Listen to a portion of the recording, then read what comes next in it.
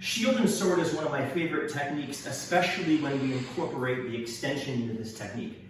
And in the ideal phase, in my opinion, one of the biggest problems, if you would, is the long gap before you actually hit them with your inward hand sword to the back of the neck. So if it's taught without a double factor, it's usually taught forward though, extended outward block, and we do our chop, we make our elbow. And even if we do a double factor, and we do our inward, outward, and then your hand sword and your elbow, there's still a long gap before you hit them. And now, one of the counter arguments to that is that's where speed kicks in. You block and you hit them. But the problem with the speed argument is that you're allowing physical attributes to be the determinant of how good you are.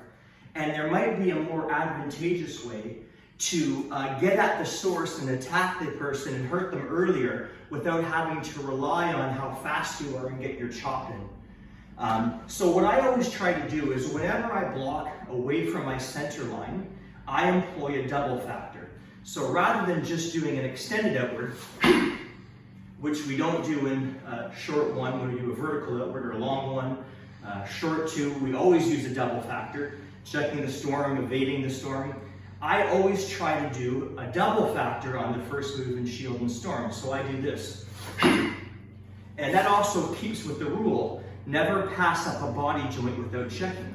So I go wrist, elbow, and then I would hit the neck, okay? As opposed to elbow, neck. If you remember when you were a lower belt, or if you're watching this video and you are a lower belt, sometimes when we go right to the elbow, and on the outside of the arm, there's no doubt you want to be at the elbow. Okay? But when you go right to the elbow and you miss the wrist, sometimes that punch gets awfully close.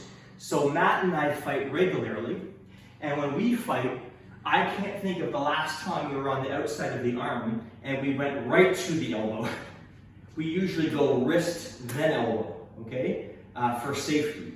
Never pass up a body joint without checking. But even if I do the double factor, say, okay, I'm going to follow that rule and go wrist, elbow, it still doesn't solve the problem of getting the hand sword in late. So what I'm going to have you do, I'll show it on Matt in 1 second, is my right hand, I'm going to put my left hand behind my belt. My right hand's going to do my inward parry, and I'm going to slice outward and upward. So I'm going to catch the eye. So now if I do the double factor, I go 1, 2. And now, if you think about an eye gouge, no one's going to have to leave their arm out and wait for you to chop them. Their hands are going to hold where it hurts, which is the eyes. It interrupts the thought process, and that allows you to set up your neck chop and your elbow. In other words, all that to say, Matt's in a right neutral bow, and he's doing a step through straight left punch. So what I'm going to do, I'm going to go really slow, is I'm going to go wrist, elbow, and I caught him. I caught him to the eye.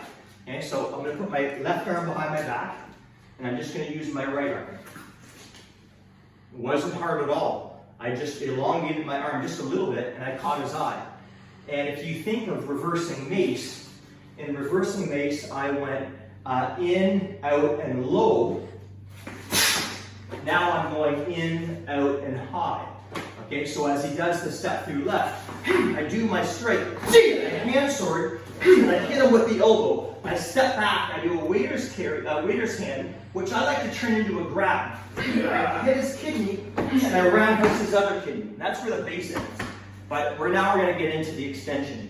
So in other words, when I do my eye shot to Matt and he holds, I don't have to worry about the left hand hanging out there, and I don't have to worry about physical attributes like how fast I am.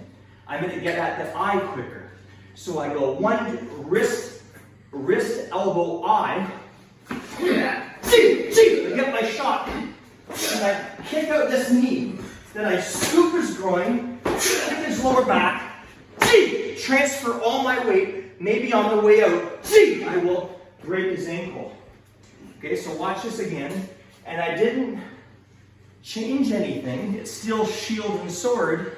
But hey, oops, I didn't mean to do that. I'm going to catch your eye en route to chambering position before I do my hand sword. We also have a rule, never cross the center line without striking. So I'm not doing that. So I go wrist, elbow, get my shot in, boom, hook, and I kick up the leg, scoop, get my kick, and I make my strike, and I'm out. And all I did was a little eye shot in between, threw in my double factor, and it was still shield and sword. But in my opinion, a better way to start the technique, rather than the ideal where they're leaving their hand out and you have to be really fast to get the chop in. Try it, guys. I think you're going to like it.